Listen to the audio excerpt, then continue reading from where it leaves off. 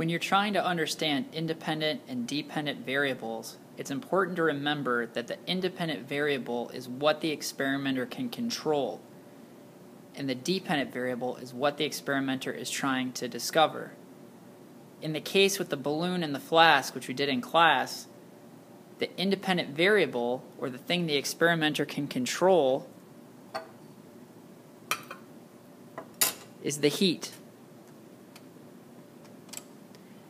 As the heat excites the water molecules on the inside of the balloon, the water vapor on the inside begins to inflate the balloon.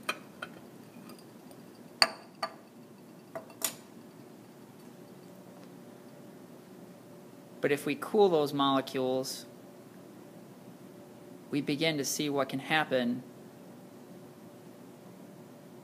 There's a vacuum created on the inside from the boiling water before the balloon was put on the flask. And now air from the outside will begin to push on the balloon. You can see the balloon begin to shrink.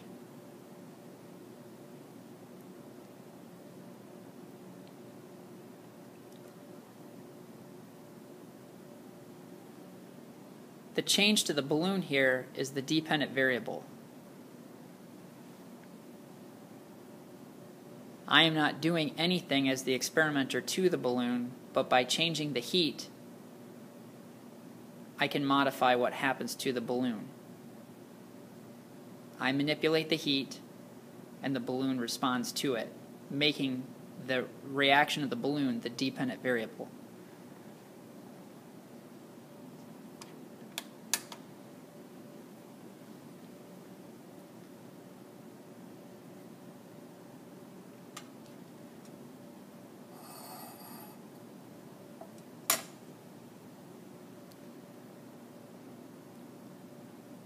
If we wait long enough, we'll see what happens as the air pressure from the outside tries to reach the vacuum on the inside, air moving from areas of high pressure to low pressure.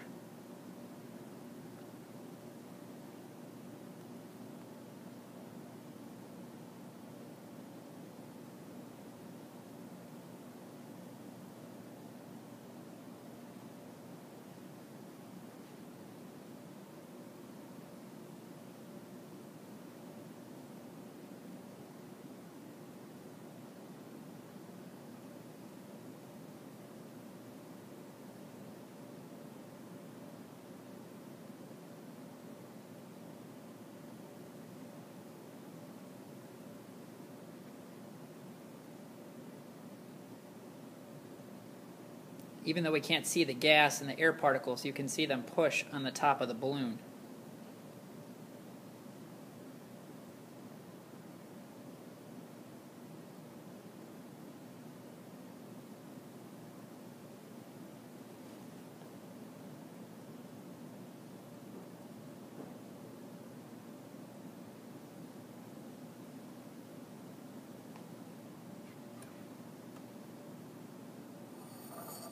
Move it again to a cool spot to again manipulate some of the change in temperature.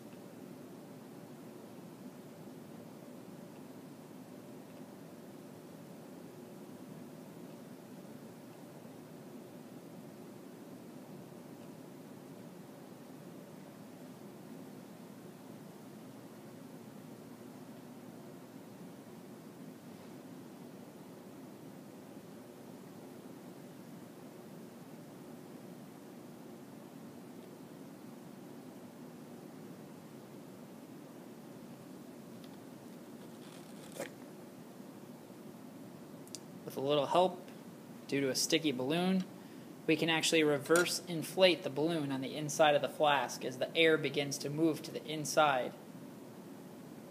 The balloon creates a barrier, keeping it out from the vacuum.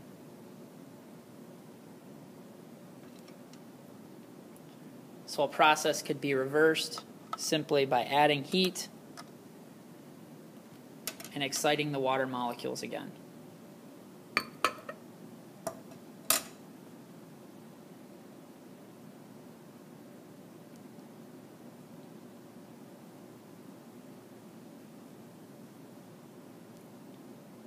When you're doing your homework and you're trying to think of independent versus dependent variable, try to remember what is it that the experimenter is doing, that's the independent variable, and what are they trying to find, that's the dependent variable.